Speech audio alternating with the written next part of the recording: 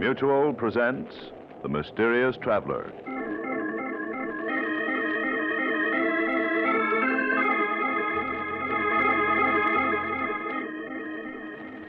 This is The Mysterious Traveler, inviting you to join me on another journey into the realm of the strange and terrifying. I hope you will enjoy the trip, that it will thrill you a little and chill you a little. So settle back, get a good grip on your nerves, and be comfortable, if you can, as you hear the story I call The Man Who Died Twice.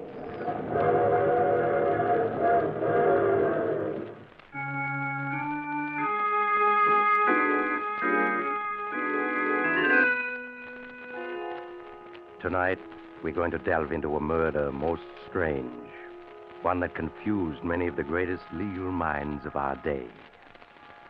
My story begins in the mansion of Judge Marshall, situated high on a hill overlooking a large New England city. It is early evening, and Judge Marshall, one of the state's foremost jurists, is sitting in his library reading a legal brief. As he intently reads, the French door leading to the porch slowly and silently swings open, revealing a huge white-haired man standing in the doorway. His tremendous bent frame shows the remains of a man who'd been a giant in his youth. Suddenly, the judge becomes aware that he isn't alone. He quickly turns and sees his visitor. Who are you?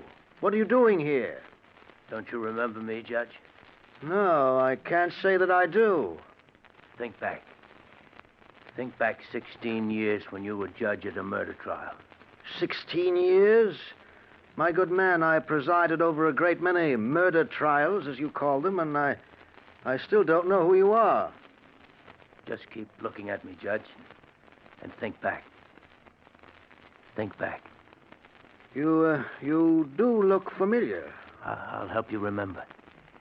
My name is Adams. Luke Adams. Luke Adams? Yes, now I remember. I sentenced you to prison for 25 years for killing a man.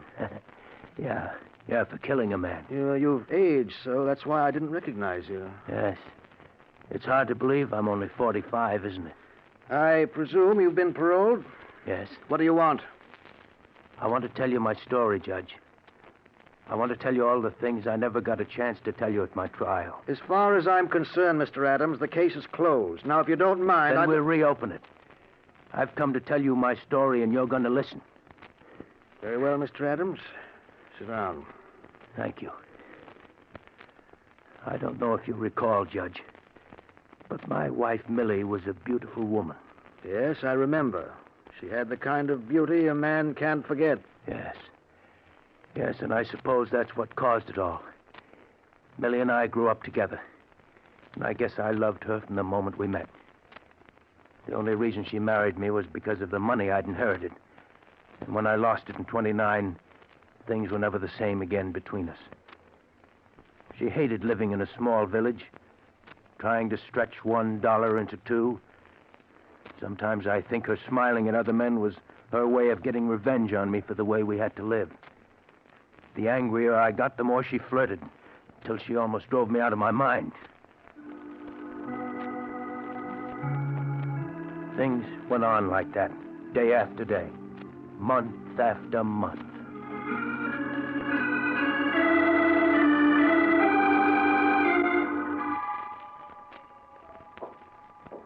Here comes Luke. Hello, Luke. Getting home from work a bit early today, huh? Yeah. Your missus and I were just talking about how hot it is. Yeah. You must have found it fierce, breaking stone in the quarry in this heat. Uh-huh. Well, I've got to be going. See you again. What was he hanging around for? He just happened to be going past. Stopped to say hello. Is there anything wrong in that? It's funny. Every time I see you talking to someone, it's always a man. How come I never see you talking to women? Because all the women in this village are a bunch of cats. They hate me because I'm beautiful and they're not. All right. But I'm warning you, I don't want to see Chuck, Riker, or any other men hanging around here. If I do, there's going to be trouble.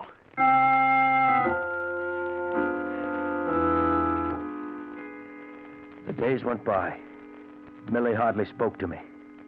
Nothing I said or did seemed to please her.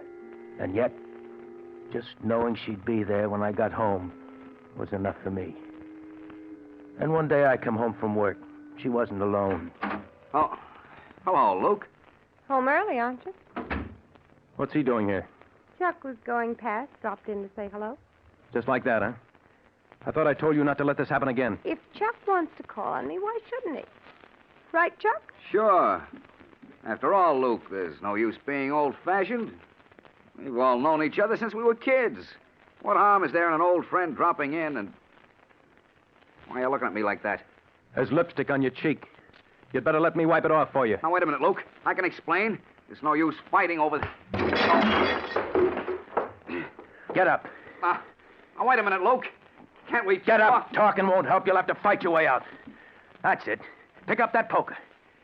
Come on, come on. What are you waiting for? Okay, you asked for it, and you're gonna get it. No. No, Luke, no. This'll learn you. No. Not to hang around other men's wives. Before I'm through with you, no woman will want to look at you. Luke, stop it. He's out on his feet. Stop it. How does he look to you now, Millie? I'll throw him out, then you and I will settle a few things. Come on, you. Out you go. Here's a push to start you on your way. There. Now we come to you. You think I'm afraid of you. Go ahead, hit me. Ruin my looks so no man will ever want to look at me. Go ahead. Millie, don't talk like that. You know how much I love you. Why are you doing this to me? I know I haven't been able to give you all the things you want, but that's no reason to treat me this way. I won't stand for it, Millie. All right, then, let's separate. You go your way, and I'll go mine.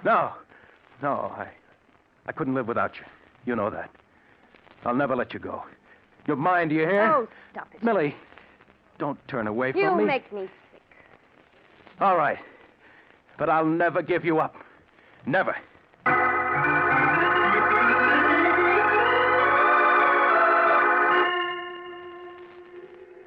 Millie just stood there looking at me, contempt in her eyes. I knew we were through, and yet I couldn't give her up. I clung to the small hope that something would happen that would change her, make her feel toward me as I felt about her. Long, lonely weeks went by. I knew that Millie and I had been the scandal of the village ever since the day I'd beaten Chuck Riker. At the quarry, the men whispered to each other when they thought I wasn't looking. And I could only give vent to my rage by smashing rocks into 1,000 small pieces. Then, one day in the autumn, an opportunity came. An opportunity to escape the villagers and their gossip. Millie, where are you? Here. What is it? Millie, you've always wanted to get away from the village. Now we have a chance. How? Well, I met Mr. Anderson this morning. You remember him. He's an old friend of my father's. What about it? Well, he owns a small farm which he's willing to sell for only $300 down. You mean you want to buy it? Yeah. Just think of it, Millie. A place of our own, 20 miles out in the country, away from the village and the gossip. Do you really think I'd move to a farm? Cut myself off from everything? Well, it's what you need, Millie. A home of your own, a place to work and build. You'd love it, Millie. I know you would. You mean you would? Don't think I don't know what's going on in that head of yours. You want to cut me off from everybody, take me someplace where you can keep an eye on me day and night. Well, I'm not having any part of it. But, Millie, you said yourself you're not happy here. Yes, but I don't want a farm. I want to live in a city. I want to have everything that other women have. But we can't go to the city. There's no work to be had. We're living in a depression. Are we? Well, if you can't give me what I want, there are plenty of other men who can. They'd better not try. I'm warning you, Millie, I'll kill any man who tries to take you away from me.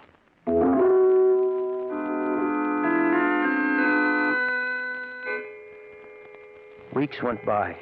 Weeks in which Millie scarcely spoke to me. We lived as strangers in an uneasy truce.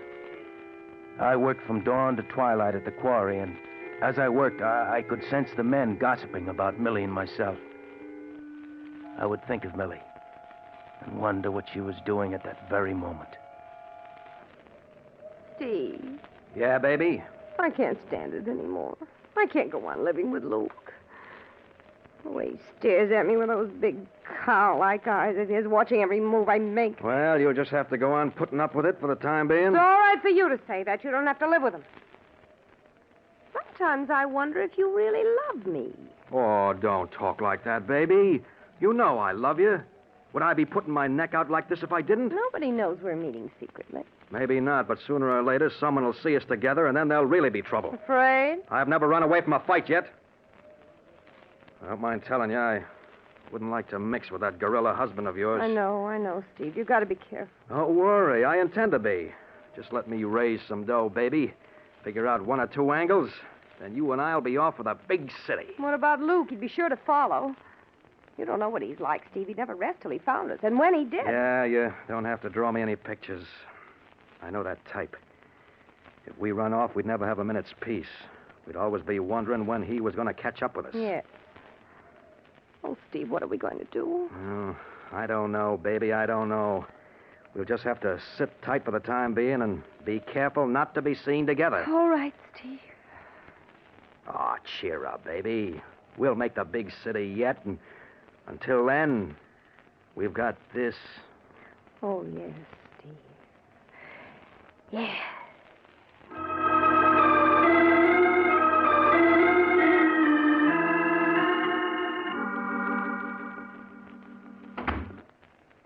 Luke? That you? Yeah, Millie. You want me? Yes. I've moved all your things up to the attic. I want you to sleep there from now on. Why? Because you keep me awake half the night with your tossing and turning, and you talk in your sleep. I talk in my sleep. What do I say? You keep yelling my names if I was murdering you or something. Oh, Millie. You'll be all right in the attic. Yes, Millie. Millie, can I talk to you for a minute? What is it? I saw Mr. Anderson again today. Millie, he says he's willing to let us live free for a year on his farm so we can see how we like it. And if we do, we can buy it. I told you before I'm not going to live on any farm. But, Millie, why can't we just try it? It won't cost us anything. If we don't like it, we can give it up. No, I tell you, I won't let myself be trapped like that. You're perfectly willing to take a chance on farming, but you won't consider going to the city. But there are 15 million men out of work. What chance would I have of getting a job in the city? If you had an ounce of courage, you'd try. You don't hear men like Steve Hopkins whining about the Depression and trying to make excuses for staying in this miserable hole. Steve Hopkins, huh? So that's it. You've been seeing Steve Hopkins? No, I haven't been seeing. You're wrong, Luke. You're lying. It's written all over your face. You're afraid, aren't you? You're afraid of what I'm going to do to Steve Hopkins. Now, Luke, listen to me. I tell you, there's nothing between Steve and myself. When I'm finished with him, you'll never want to look at him again. Where are you going? To the village tavern. He's always there on Saturday nights. Luke, come back! Luke, come back!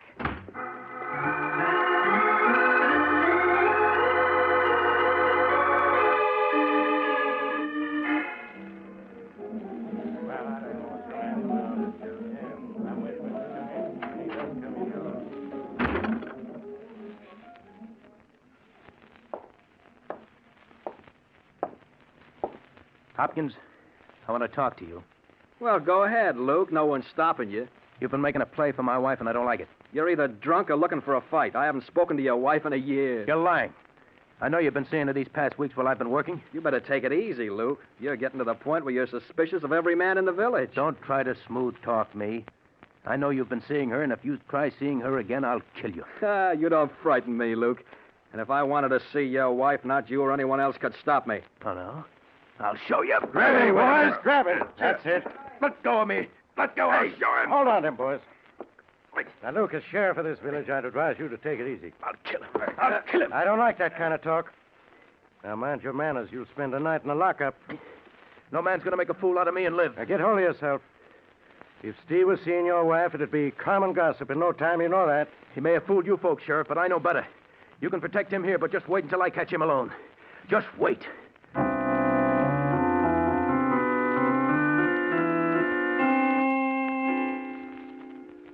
When I got home that night from the tavern, Millie was in her room, her door locked. I went up to the attic and tried to sleep, but I couldn't. I kept seeing Steve Hopkins' face, the way he had smiled at me in the tavern.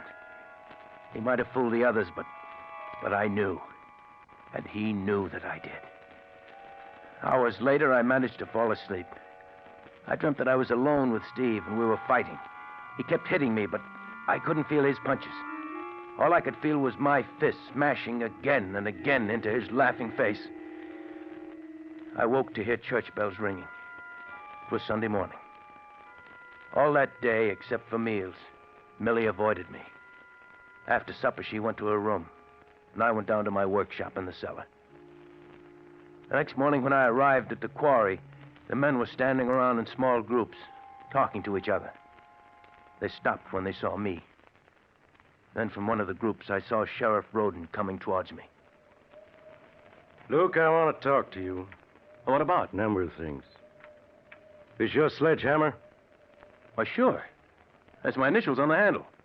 Why is it all wrapped up in paper? I'll ask the questions, Luke. Where were you last night around 11 o'clock? 11 o'clock? In my workshop in the basement. Why? Anybody with you? Oh, no. I was alone. Luke, you're under arrest. Under arrest? What for? For the murder of Steve Hopkins. For the murder of Steve Hopkins? Yes. His body was found in his cabin an hour ago. He'd been brutally beaten to death last night around 11.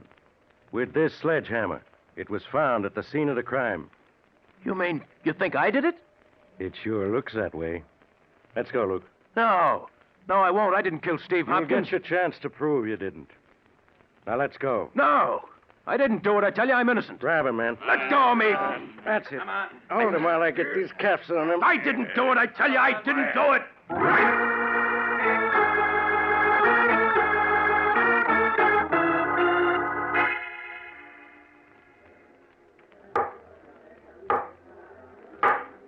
Silence in the courtroom. Proceed, Mr. King.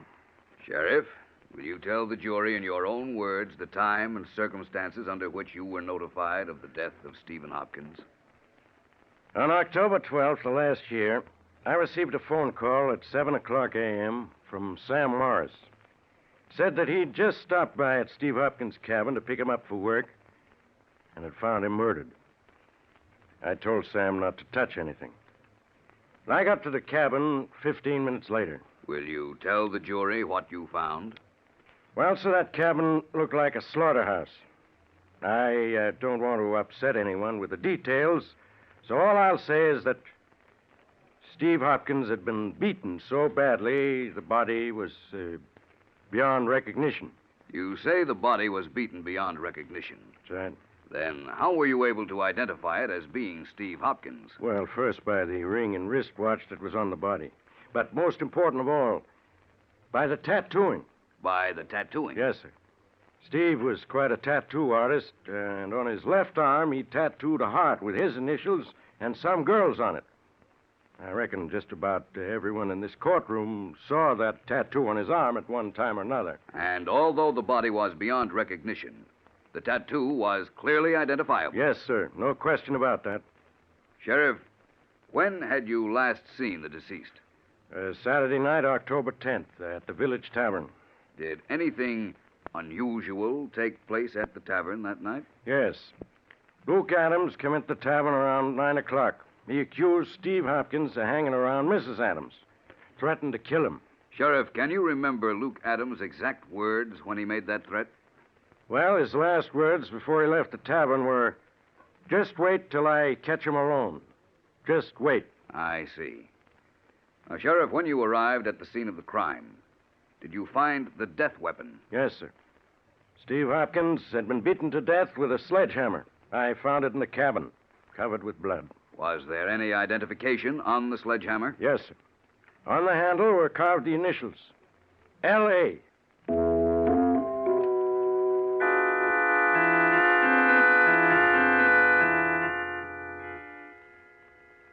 Now, Mrs. Adams, you say there was no justification whatsoever for your husband's suspicions. No, none at all.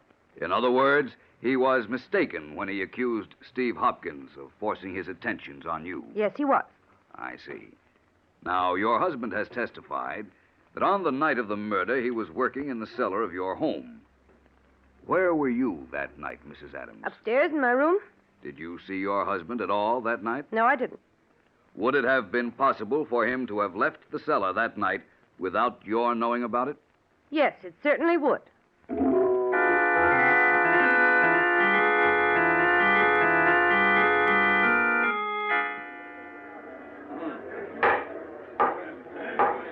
Silence in the courtroom. The prisoner will rise. Luke Adams, You have been found guilty of murder in the first degree with a recommendation for mercy. The court hereby sentences you to 25 years imprisonment in the state penitentiary.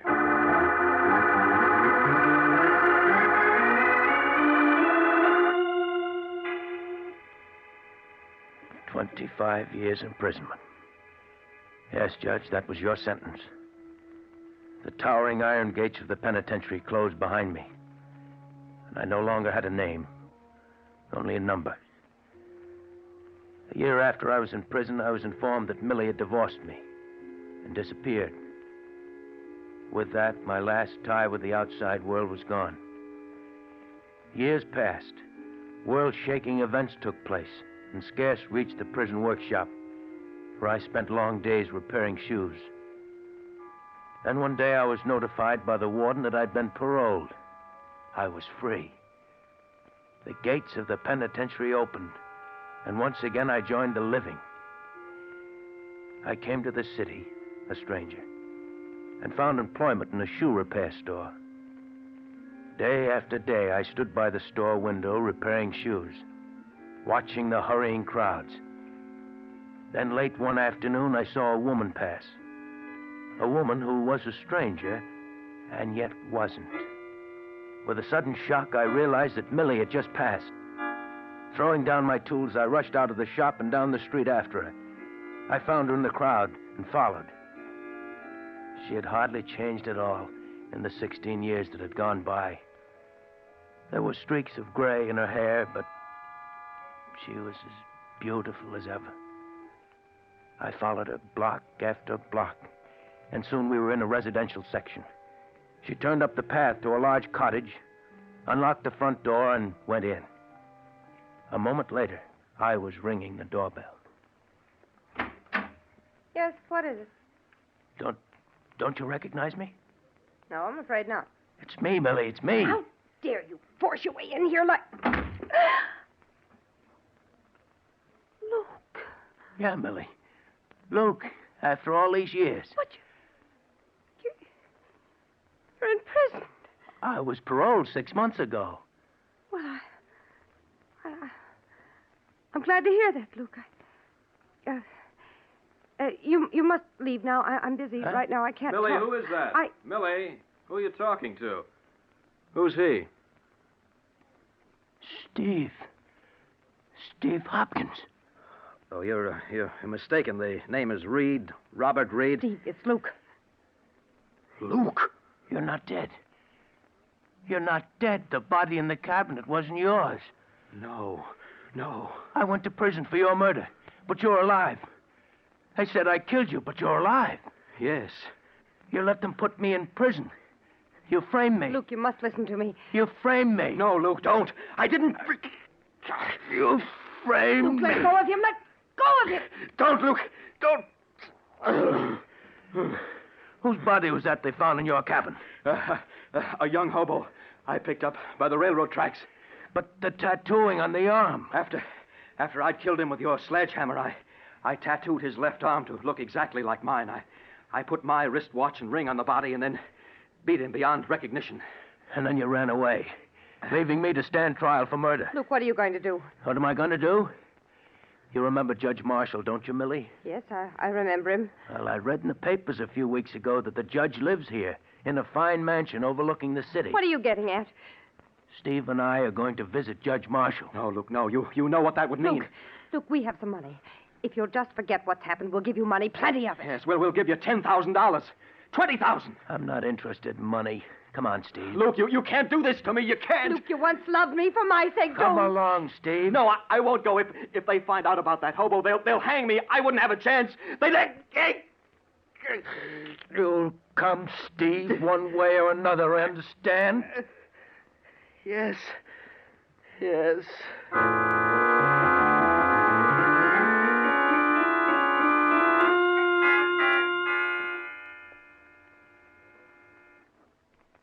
Judge. He didn't want to come here, but in the end, he came. Incredible. Simply incredible. The man is a monster to have done what he did. Where is this man, Steve Hopkins, now? He's out on the porch, Judge. Bring him in, Mr. Adams. I want to see that man. All right, Judge.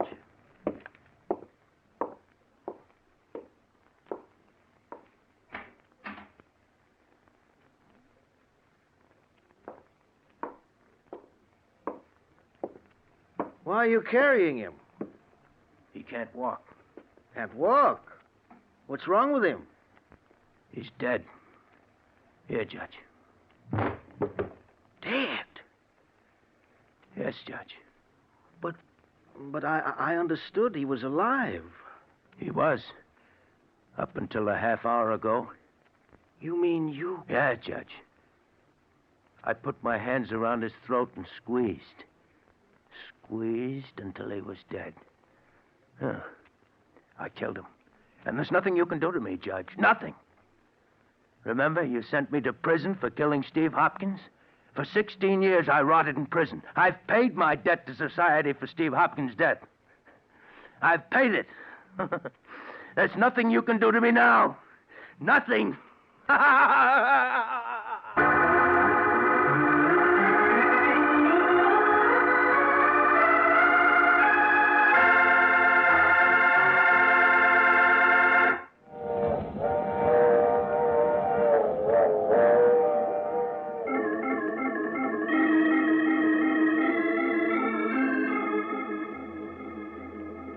This is the mysterious traveler again. Did you enjoy our little trip? What happened to Luke Adams?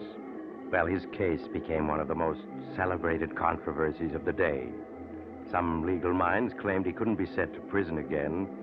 He'd already been punished.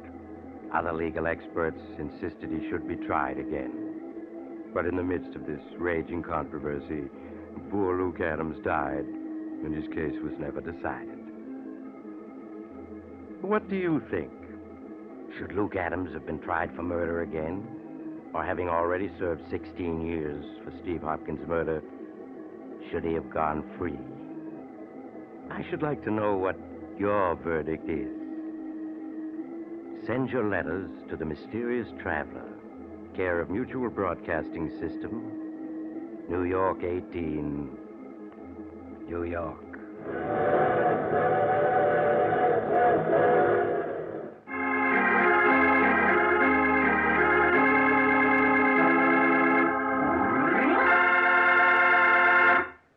You have just heard The Mysterious Traveler, a series of dramas of the strange and terrifying. All characters in today's story were fictitious, and any resemblance to the names of actual persons was purely coincidental. In today's cast were Maurice Tarplin, Art Carney, Elspeth Eric, Frank Behrens, and Jackson Beck. Original music was played by Paul Taubman. The Mysterious Traveler is written, produced, and directed by Bob Arthur and David Kogan.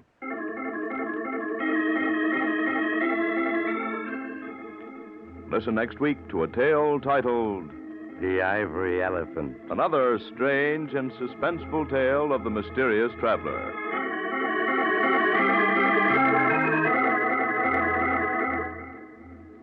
This program has come to you from our New York studios. Another program of tense and dramatic action will follow in just a minute. Stay tuned to this station for Official Detective. Carl Caruso speaking. This is the Mutual Broadcasting System.